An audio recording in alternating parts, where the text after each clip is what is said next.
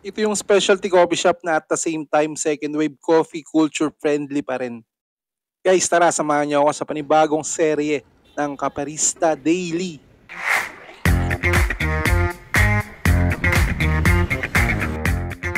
Ito yung totoong banayad whiskey. Kape ba to? Parang juice. Sarap. So we're here today at Street Kohi dito sa Mayaman Street, Quezon City. At una sa lahat, tikman na nga natin ang kanilang Kawagoe Latte. Or in other words, this is a sweet potato latte, a Japanese-inspired beverage. This is one of their specialty beverage dito sa Street Kohi. Pwede nyo ma-enjoy to guys in a hot or cold drink. Pwede rin siyang espresso base or non-coffee. What we have is their hot and non-coffee. So ang hatol dito ay sweet.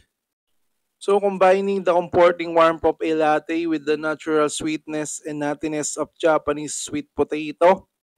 Nasasabi ko na solid, creamy, velvety, smooth at comforting ang drink na to.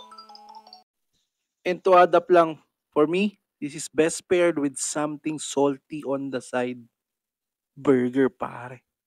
And dito pa guys yung isa sa natikman natin dito sa Street Kohi, presenting ang kanilang maginhawa beverage. This is a fusion of espresso and orange.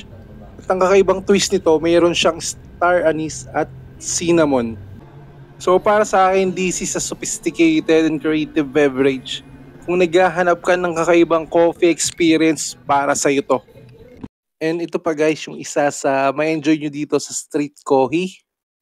Ito ay ang kanilang pour over coffee. And also with a lot of choice na mga single origin coffee beans. So this is our pour over coffee session with Master Sik. So per session ng pour over coffee namin dito, guys, single origin coffee beans from Bukidnon ang sinubukan natin dito. At hindi tayo nabigo. Solid, malinis, para uminom ng kapeng walang pait dahil sa fruity notes ng beans. More likely, this is like a coffee juice na pomelo flavor. Sobrang gaan sa bibig, light siya pero naglilinger pa rin yung lasa niya sa aftertaste. And normally nga, ang alam ko lang process ng coffee beans ay wash and natural.